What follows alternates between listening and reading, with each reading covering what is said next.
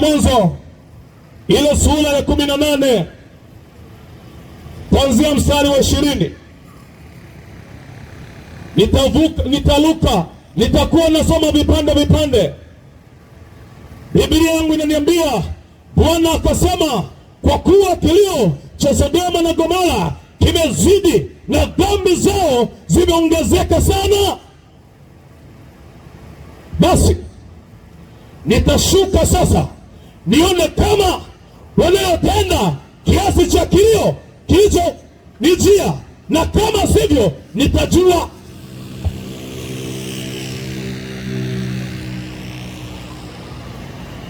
Basi Sodoma, basi wale watu wakatoka huko wakaelekea Sodoma, lakini Ibrahimu alikuwa akali akisimama mbele za Bwana. Ibrahimu akakaribia akasema, je, anamuuliza Bwana, je, utaharibu wenye haki pamoja na waovu? Je, utaharibu wenye haki pamoja na waovu? Biblia inasema Biblia inasema katika mstari wa 23, Ibrahimu akakaribia akasema, je, utaharibu mwenye haki pamoja na mwovu? Wenda wakawamo wenye haki 50 katika mji, utaharibu wala hautaacha mji kwa ajili ya hao 50 wenye haki waliomo. Biblia inasema Mungu akamwambia Nuhu, akamwambia Ibrahimu, hasha, usifanye hivyo. Ukimua mwenye haki pamoja na mwovu, mwenye haki awe kama mwovu, hasha, mhukumu ulimwengu wote. Usitende haki, usitende haki. Ibrahimu anamuuliza Mungu. Bwana akasema, nikiona katika Sodoma wenye haki 50 mjini, nitapaacha mahali pale kwa ajili yao. Tuvuke hapo twende sura ya 19 kuanzia mstari wa kwanza. Basi wale malaika waliotumwa kwa ajili ya hukumu ya Sodoma na Gomora, Biblia inasema bali wale malaika wawili wakaja Sodoma jioni, lakini Lutu alikuwa amekaa mlangoni pa Sodoma. Lutu akaona, akaondoka, akaenda kuwalaki, akainama kifudifudi, akasema, bwana zangu, karibuni, na wasihi muingie nyumbani mwangu, muingie nyumbani mwa mtumishi wenu, mkalale, mkanawe miguu yenu hata asubuhi, mwondoke na mapema mkaende zenu. Wakasema, sivyo, lakini tutakaa uwanjani usiku kucha. Akawasihi Nuhu, akawasihi Lutu, akawasihi sana. Wakaja wakaingia nyumbani mwake, akawafanyia karamu akawafanyia karamu, akawapikia mikate isiyochachwa, nao wakala. Mstari wa 4, hata kabla hawajalala watu wa mji wenyeji wa Sodoma, watu wa mji wenyeji wa Sodoma wakaizingira, wakaizunguka nyumba, vijana na wazee, watu wote walioko pande zote. Wakamwita Lutu, wakamwambia, wapi wale watu waliokuja kwako usiku huu? Uwatoe kwetu tupate kuwajua.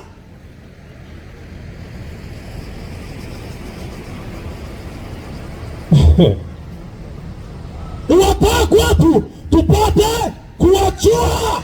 Sodoma imechacha, Sodoma uovu umezidi. Biblia imesema kuwajua.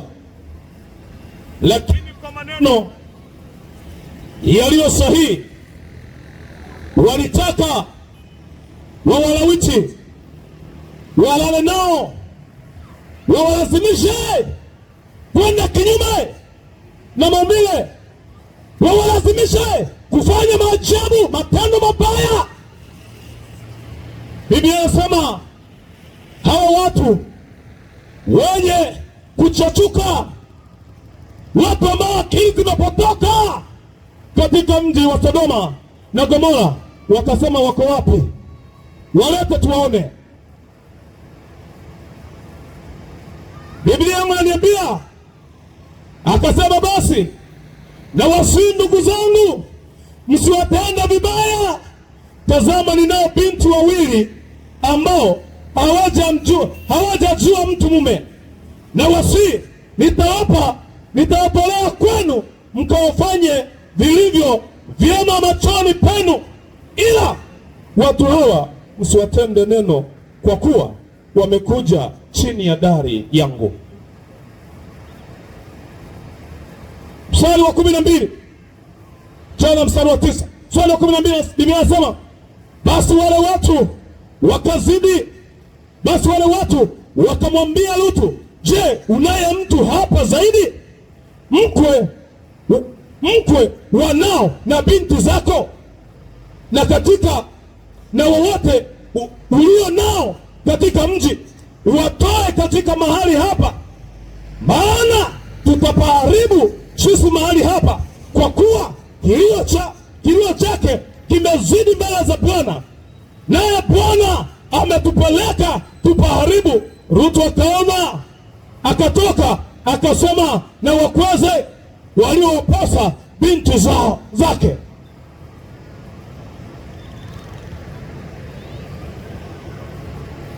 Akasema, ondoka, mtoke katika mahali hapa, kwa sababu Bwana atapaharibu mji huu.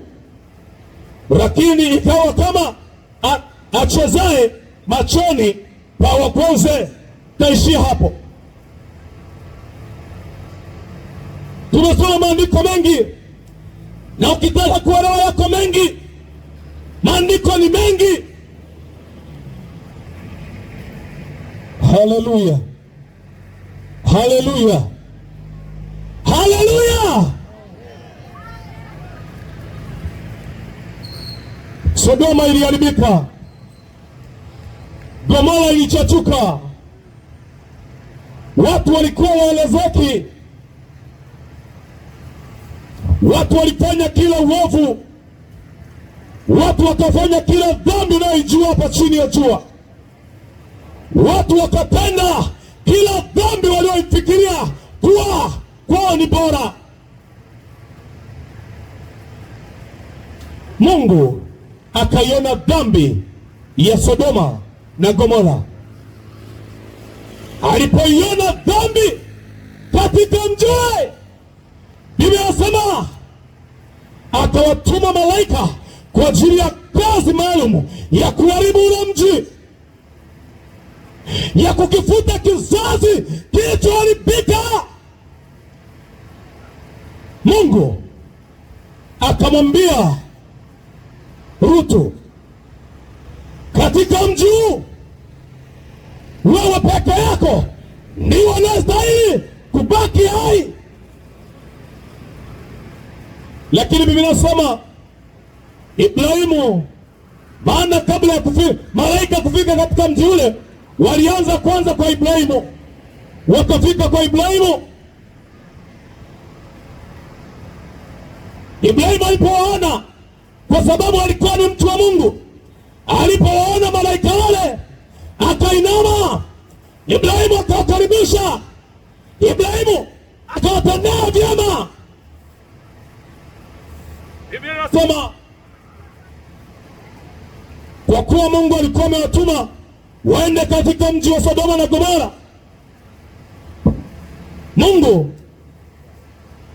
Ibrahimu akawaza, akimwambia Ibrahimu, wenda Ibrahimu ataleta sababu, atawaombea wale watu huruma, atamwambia Mungu awaache. Na kweli Mungu aliona mawazo ya Ibrahimu. Ibrahimu akasimama mbele na Bwana. Biblia inasema Ibrahimu akaanza kuomba, akaanza kumwambia Mungu, wewe Mungu katika mji wao, je, hawako wenye haki? Hawamo wenye haki? Ibrahimu akaanza kuashumu, najua katika mji wao hawawezi kukosa wenye haki. Ibrahimu akamwambia Mungu, je, ukikuta wenye haki 50 utawaharibu pamoja na waovu? Swali kwa Mungu. Ibrahimu anamuuliza Mungu, je, ukikuta wenye haki 50 utaharibu katika mji huo? Mungu akawaza, Mungu ni mwenye haki, Mungu ni mwenye haki. Akasema hapana, nitawaacha kwa ajili ya wenye haki 50, nitawaacha. Maana aliamini wenye haki 50 wanaweza kubadilisha mji. Aliamini wenye haki wanaweza kugeuza mji, lakini kumbe sivyo. Wenye haki walipiga kelele, lakini mji haukubadilika. Ibrahimu akaendelea kumuuliza Mungu, akasema wenye haki ni 50, lakini naashumu, je, ukikuta 45? Mungu anasema kwa ajili ya wenye haki sitafanya chochote, sitaharibu. Kwa ajili ya wenye haki sitaharibu. Ibrahimu akaendelea kumuuliza Mungu, akaendelea kumuuliza Mungu, je, ukikuta 10? Mungu anamwambia kwa ajili ya wenye haki 10 nitawaacha.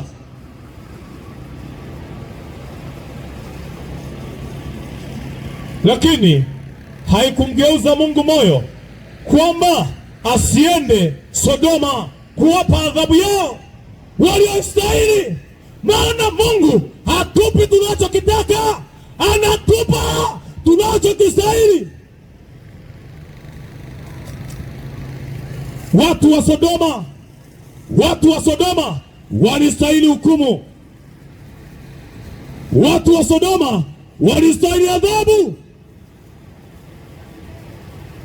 Nataka nikwambie mtu wa mji wa Biharamulo,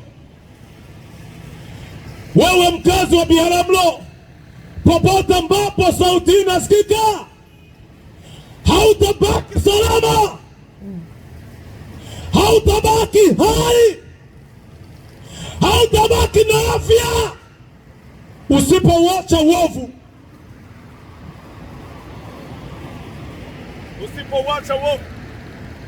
Usipouacha uovu hautabaki salama.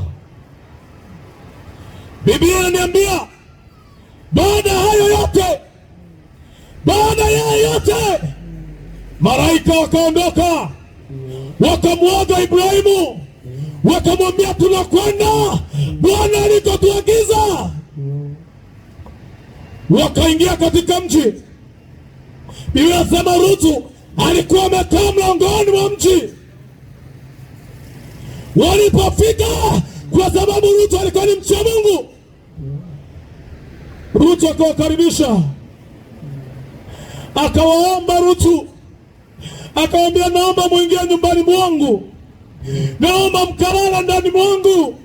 Maana Rutu alijua hali halisi ya mji ule. Rutu alijua hali halisi ya mji wao. Hey!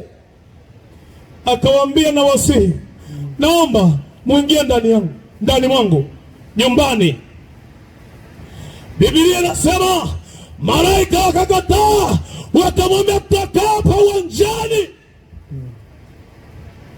hata asubuhi.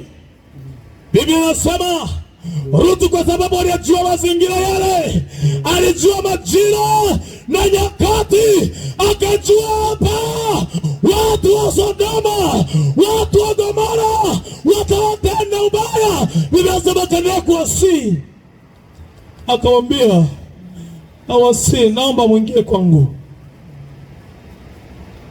Baada ya kuwasili Rutu kwa muda mrefu, wakaingia ndani.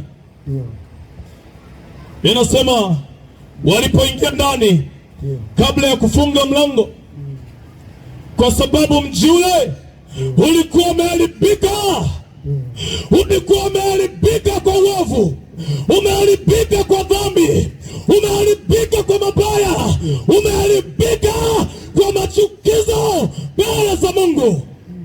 Biblia inasema wakabisha hodi. Hey! Wakabisha hodi, wakamuuliza Rutu, wako wapi tulioona wanaingia nyumbani mwako? Wako wapi?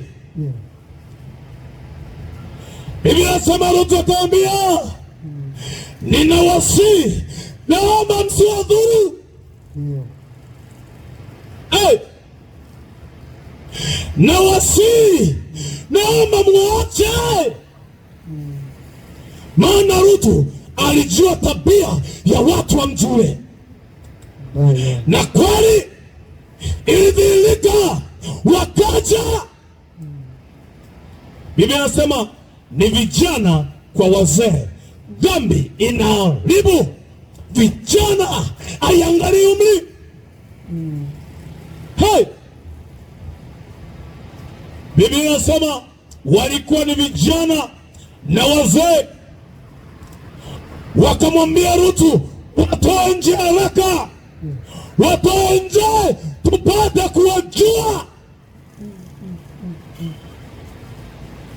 Haikuwa kuwajua kama unavyofikiria wewe. Haikuwa kuwajua kwamba fulani ni nani na amekuja kufanya nini. Hapana. Tabia ya mji ule ilikuwa wawaingilie kinyume na maumbile, maana walikuwa wafanya uovu mkubwa. Rutu alikuwa amewatunza binti zake, anawachunga kama mboni ya jicho lake kwa ajili ya thamani ya malaika wale. Rutu akamwambia, naomba tafadhali, ninao binti zangu wawili, ninao binti zangu wawili mabikra, mabinti safi, hawajamjua mume. Nao mabinti walikuwa wameposwa, wamelipiwa mahali, wanatakiwa wakaolewe. Lakini kwa sababu Rutu alijua tabia ya watu wa mji ule, akasema ni heri niwape binti zangu kuliko kunifanyia fedheha namna hii. Hawa ni watu wa muhimu sana kwangu, msiwaingilie. Biblia inasema wakamwambia Rutu, hatuna shida na binti zako, tunawataka hawa watu walioingia nyumbani mwako. Watu wa mji ule wameharibika, vichwa vyao vimebunguliwa, akili zimewatoka, hawaelewi, hawaelewi, hawaelewi.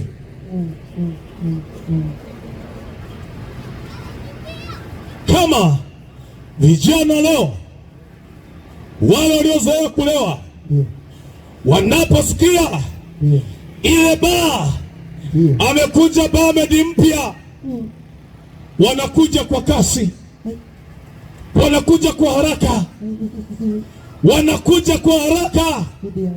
Nani aanze kuomba namba? Nani aanze kutupa karata? Wanakuja kwa kasi, wanajua kuna mtu mpya amekuja sehemu. Wakijua mama fulani ameleta mdada wa kazi mpya, wanakuja kwa haraka, wanapigiana simu, wanaulizana, umemwona mtoto fulani?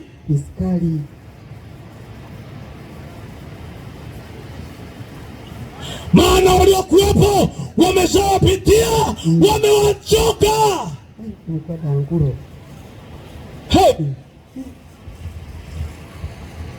Sasa katika mji ule watu walikuwa wamezidiwa, watu akili hazimo, watu wamechochuka, sura zao hazielewi, macho yaoni huyu ni fulani, huyu ni fulani, heshima iliondoka. Biblia inasema wakubwa, wale wazee na wale vijana wakafika katika nyumba ya mzee Ruto. Wakamwambia, tuliwaona wanaingia, wako wapi? Watoe nje. Biblia inasema Ruto akasema, hapana, bora niwape binti zangu kuliko kuharibu hawa, bora niwape binti zangu. Ruto analia, Ruto analia. Kinachomtesa ni dhambi ya watu wa Sodoma. Ruto anamwaga machozi kufika hatua ya kulizia binti zake aliyowatunza kwa gharama kubwa, awatoe kwa chini ya watu wa mji ule. Ni machozi makubwa, ni machozi makubwa. Ruto akahuzunika. Sikiliza nikwambie, kwa kuwa wale watu walipozuiliwa na Ibrahimu kule, walimwambia hapana, lazima tufike, na kusudio la Mungu ni kwenda kuona hizi dhambi zilizofika mbele zake ni kweli. Biblia inasema walipofika wakamuuliza Ruto, je, una ndugu zako hapa? Je, una rafiki zako hapa? Je, una watu wa karibu ambao kupitia kwao tunataka tuwatendee wokovu? Mzee Ruto maskini akakimbia, akasema, ninao wakwe zangu ambao walilipa kabisa na mali kwa ajili ya kuchukua binti zangu. Ngoja niwakimbilie nikawaambie, wenda wakanifikia, tukakimbia pamoja, tukakimbia ghadhabu ya Bwana, tukakimbia hasira ya Bwana. Ruto akakimbia. Kila aliyemkimbilia, kila aliyemuwaza alikuwa tofauti na alivyokuwa anafikiria. Alikuwa tofauti. Biblia inasema baada ya kufika pale ambapo wanaishi wale wakweze, Biblia inasema alipoanza kuambia habari za Sodoma, habari za Gomora inavyoharibiwa, wakamshangaa. Wewe baba mkwe, wewe unasema nini? Wewe baba mkwe, wewe umeanza kuchanganyikiwa? Tuondoke katika mji huu, tuende wapi? Biblia inasema wakati anawaambia, akawa ni mtu anayecheza yani wakaona kama mtu anachekesha wakaona kama mtu anawafanyia tu maigizo wakashangaa, wewe mzee vipi? Subiria muda ufike, tuje tuchukue binti zako. Sasa kuhusu kuondoka kwenye mji huu, hapana. Ninasema wakati anawaeleza hayo, maana alijua kwamba nyakati zinazokuja ni mbaya. Alijua nyakati zinazokuja ni mbaya. Bora wanusuru wale wakwe zake, wakaoa binti zake, ili kizazi kiendelee. Lakini bahati mbaya, wale wakwe zake wakamwona mzee Ruto kama analeta utani vile, kama analeta masiara vile, kama anachekesha vile, kama anaigiza vile.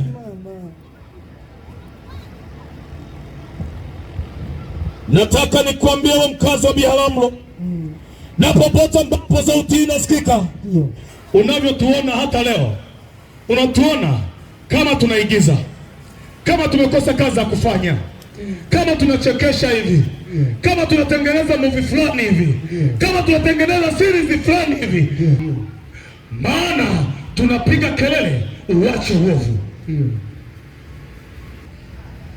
Tulisoma jana, mvua ikanyesha juu ya nchi kwa siku 40. Biblia inasema wote wenye mwili wakafutika. Baada kumkatalia Nuhu, baada ya watu wale kumbishia Nuhu, gharika ikaja. Lakini anazungumza wakati wa Rutu, baada ya watu wale kumwona Rutu ni kama mtu anayecheza mbele zao.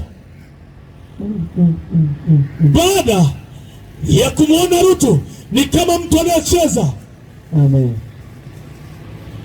Biblia inasema malaika akamwambia Rutu, wewe peke yako na familia yako mnatakiwa kuondoka katika mji huu. Ndio. Ondoka haraka. Fanya haraka, muondoke katika mji. Maana hukumu ya mji huu imefika. Amen. Rutu akasema hapana, nina wajomba zangu, nina rafiki zangu, nina ndugu zangu, sijawaambia. Rutu akasema hapana, niacheni kwanza nikaona ndugu zangu wengine, nikawaambia wengine. Rutu akawa anachelewa. Maana jamani, dhambi inaiondoa sura halisi kwa mtu. Huyu anakuchekea asubuhi, jioni atakudhuru, maana dhambi iko ndani yake.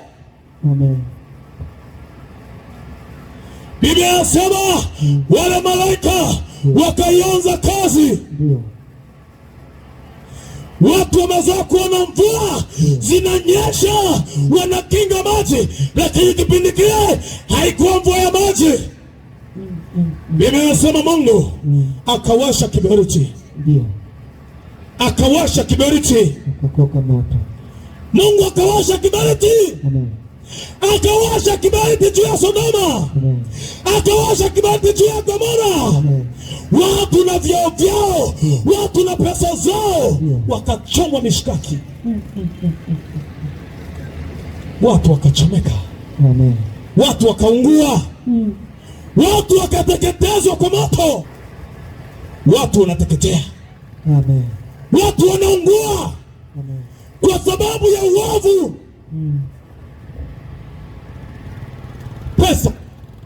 Pesa haiondoi dhambi. Pesa haiondoi dhambi. Katika mji ule walikuwa wenye dhambi, lakini wana pesa zao. Katika mji ule walikuwa wenye dhambi, lakini wana vyeo vyao. Walikuwa wenye dhambi, wana maisha yao mazuri. Ila wakasahau kuifukuza dhambi, wakaikumbatia. Dhambi inaondoa ubora wao. Dhambi inaondoa uhalisia wao. Dhambi inaondoa kutamanika kwao. Sasa kwa sababu wamekuwa ni watu wasioelewa, watu wasiotii, watu wasiosikia, Mungu akawasha kiberiti, akaiteketeza Sodoma. Ewe mkazi wa Biharamulo, nazungumza kwa msisitizo mkali. Hakuna atakayerudi kukwambia. Yawezekana ukawa unasikia maneno haya unayabeza, kumbe kama ungelichukua hatua ya kutubu leo, baki salama.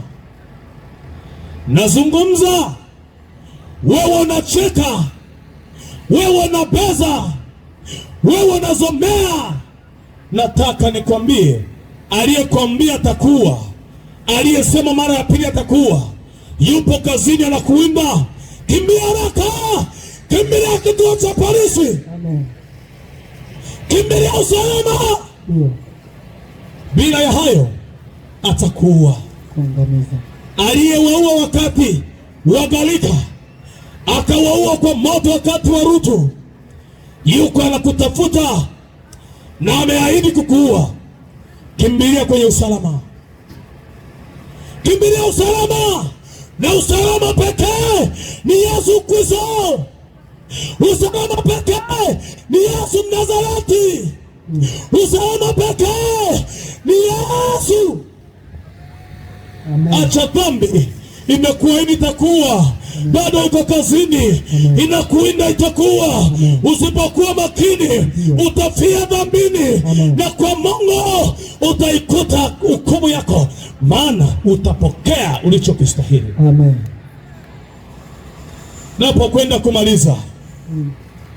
Napokwenda kumaliza, Amen.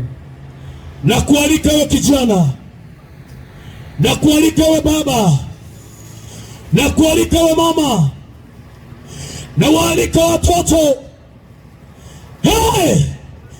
Aliyesema kuwaua yuko anawawinda. Kimbilia uponyaji, kimbilia usalama, kimbilia kituoni,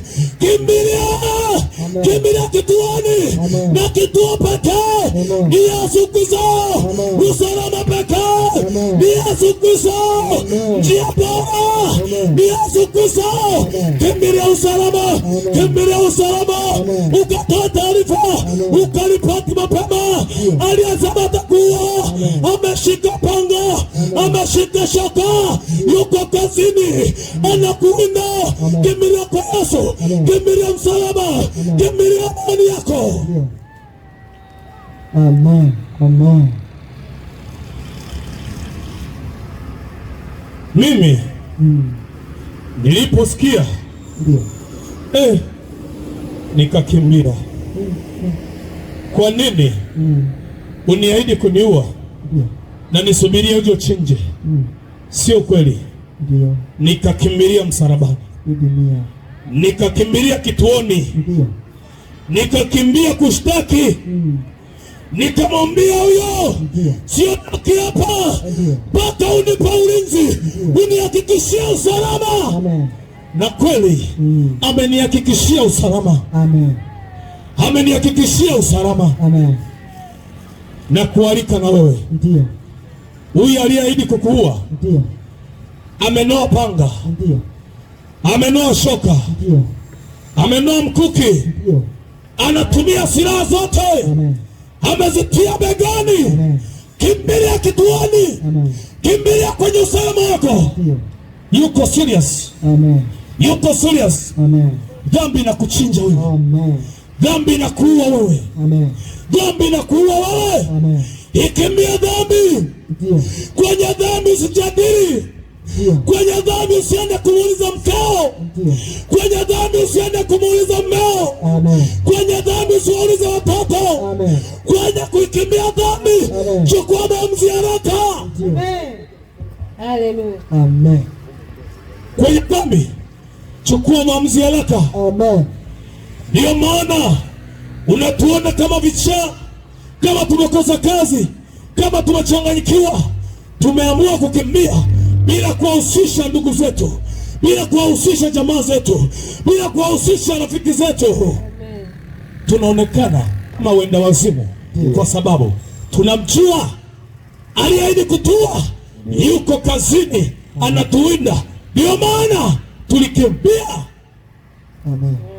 Kimbia na wewe. Usiende kumuuliza mke wako, usiende kumuuliza mume wako, usiende kumuuliza baba yako. Kwenye kukimbia dhambi, usiende kumwambia shangazi yako. Kimbia haraka.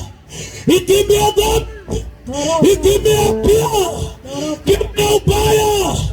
Ubaya una mjadala. Dhambi ni ubaya, dhambi ni uasi, dhambi ni ukaidi. Kimbia dhambi. Na kuomba wewe ambaye uko mbali, ambaye uko mbali, unaweza ukasogea karibu. Wanasema, nimeyasikia maneno ya Mungu, nimeyaelewa, nimesikia. Naomba mahali ulipo usogea karibu. Lakini kuna wengine wako kwenye majumbani mwao, si kwamba hawataki kusogea, ila ni kwa sababu afya zao haziwaruhusu. Hawezi kutembea, hawezi kusogea, wamechoka, wamekata tamaa. Na watia moyo, msikate tamaa. Hata kama mwenye miguu yako una afya yako nzuri, fanya haraka, fanya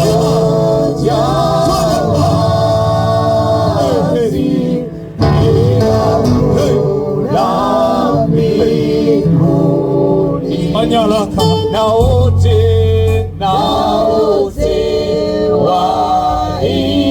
waingia watapata. Asante sana Praise, asante sana. Mimi kazi yangu nimefanya, mimi nimemaliza. Lakini wewe, kwa kuwa uliwaumba watu hawa, unawafahamu vizuri, unafahamu fika, wewe unayajua mawazo ya mioyo yao, unajua mawazo ya mioyo yao, unajua wanayowaza. Wengine wanawaza wasikuamini wewe, wengine wanawaza mabaya. Mungu, geuza mioyo yao wakuwazie mema, waache mawazo mabaya wakuwazie mema. Mungu, geuza moyo wa mama yule, geuza moyo wa baba yule, geuza moyo wa kijana yule, geuza moyo wa binti yule, akakujue, akaelewa kwamba wewe upo chanzo cha uhai wake, upo chanzo cha maisha yake, upo chanzo cha kila kitu. Ondoa moyo wa kutokuamini, uondoe moyo, ondoa mahubiri mabaya ya adui anayomhubiria kwamba sikuamini wewe. Wewe ni uzima wake, ni chanzo, ni usalama wake. Mimi nimeomba, wewe unachunguza mioyo, geuza mioyo yao katika jina la Yesu, amen.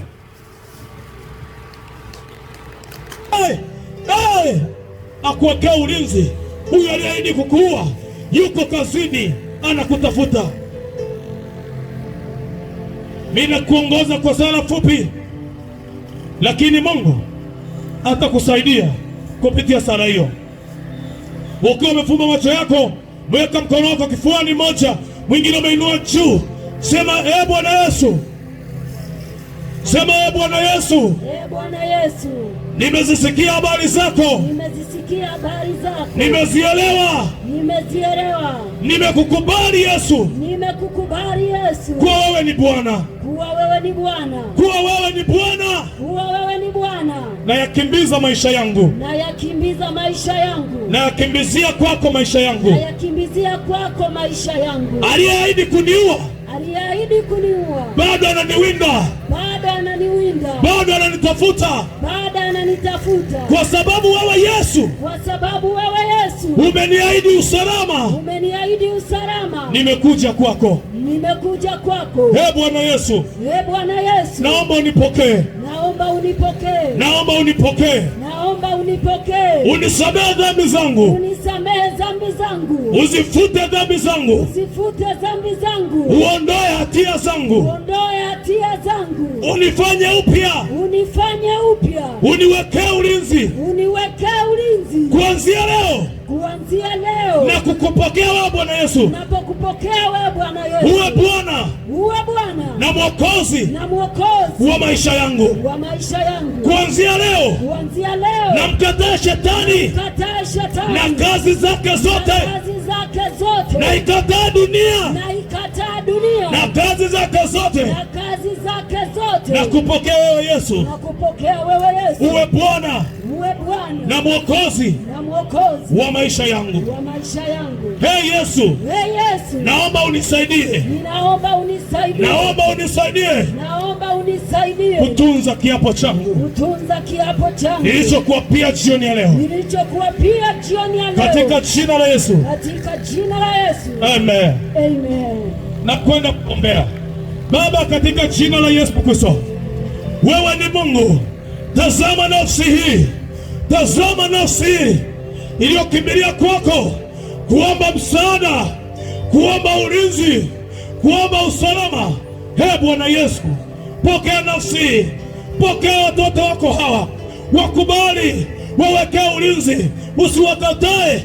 Huyo mtesi adui aliyesema kuwaua anawawinda. Mungu achilie ulinzi kwa ajili yao, yafute hatia na mashtaka juu yao katika jina la Yesu. Naomba ulinzi juu yao, naomba usalama juu yao, naomba ushindi juu yao katika jina la Yesu Kristo. Bwana Yesu, simama kwa ajili yao, usiwaache wala kuwapungukia. Mkono wako mwema uwe juu yao, ukawahakikishia ulinzi na usalama katika jina la Yesu. Bwana Yesu, na watenga na mipango na makusudio ya adui kuanzia sasa, na waweke katika mikono salama. Kuanzia leo wakawe salama kupitia jina la Yesu Kristo. Naomba na kuamini. Makutano, tumpigie Yesu makofi.